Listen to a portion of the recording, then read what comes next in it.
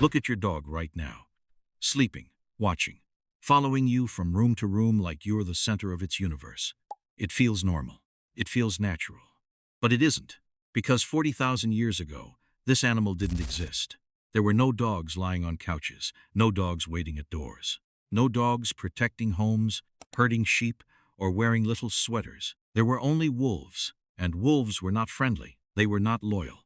They were not safe. They were one of the most dangerous predators humans ever faced. So how did we get from that to this? How did the deadliest wild predator on Earth become the most emotionally loyal animal in human history? The answer is something even scientists didn't expect. Humans didn't train dogs. Humans didn't plan dogs. Humans didn't even intend to create dogs. We accidentally did it. And the process started in the most brutal environment in Earth's history. The Ice Age. Imagine the world 30,000 years ago. Cold enough to freeze lungs. Dark enough that survival depended on fire. Silent except for wind and distant animal calls. Human groups were small, maybe 20 to 40 people. They moved constantly, following animals, following food, following survival itself. And at night, they were not alone, because just beyond the firelight, something was always watching. Wolves, not one, not two, entire packs, starving, observing, waiting. To modern humans, wolves feel distant. To Ice Age humans, they were part of daily survival fear. Because wolves didn't just hunt animals. They tested humans. Weak members of a group? Gone. Separated children? Gone. Unprotected camps? Gone.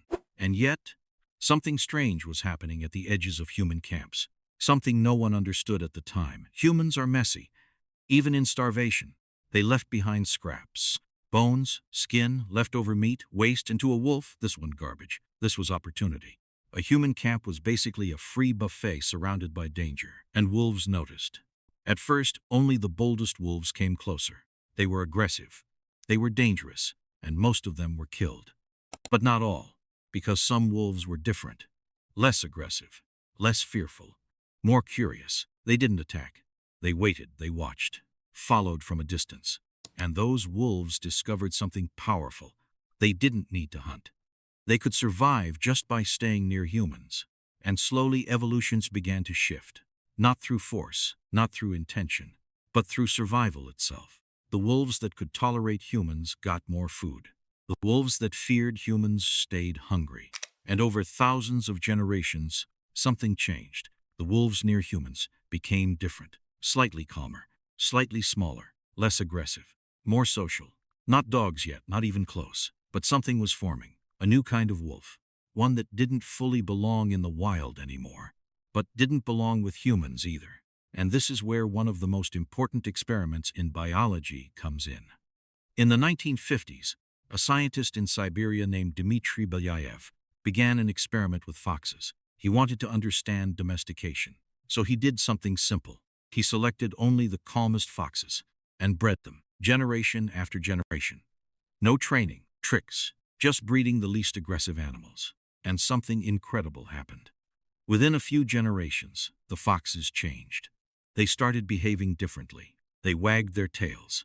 They approached humans. They became playful. And even more shocking, their bodies changed. Floppy ears, shorter snouts, softer faces. And this was the key discovery. When animals become less aggressive, their bodies start changing too. And this is exactly what may have happened with wolves. Back in the Ice Age, no one was breeding wolves on purpose. There was no plan, no control, no science, only survival.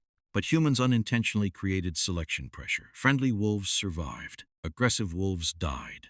And over time, the friendly ones multiplied. And slowly, the relationship shifted. Humans began to notice something useful. Wolves could hear danger before humans could. They could smell prey miles away. They could detect movement in the dark. In a world where humans had no early warning system, a wolf was a living alarm. If something approached the camp, wolves reacted first, and humans benefited. So instead of chasing them away, some humans allowed them to stay. Not as pets, not as companions, but as tools of survival. And this was the real beginning. Not friendship, not love, utility. Over time, cooperation increased. Wolves got food, humans got protection, wolves got scraps, humans got awareness. And both species slowly adapted to each other. But the most surprising transformation wasn't physical. It was emotional, because something began happening between humans and wolves that didn't exist anywhere else in nature. Eye contact became meaningful. Humans who tolerated wolves survived more often. Wolves who tolerated humans survived more often. And eventually, something remarkable evolved. A chemical bond. Oxytocin, the same hormone involved in parent-child bonding, but only between humans and dogs, not wolves. Dogs evolved to understand human emotion, to read facial expressions, to respond to tone, to seek approval, to want connection. And humans evolved alongside them. But dogs were not created in one place, or one moment, or one tribe.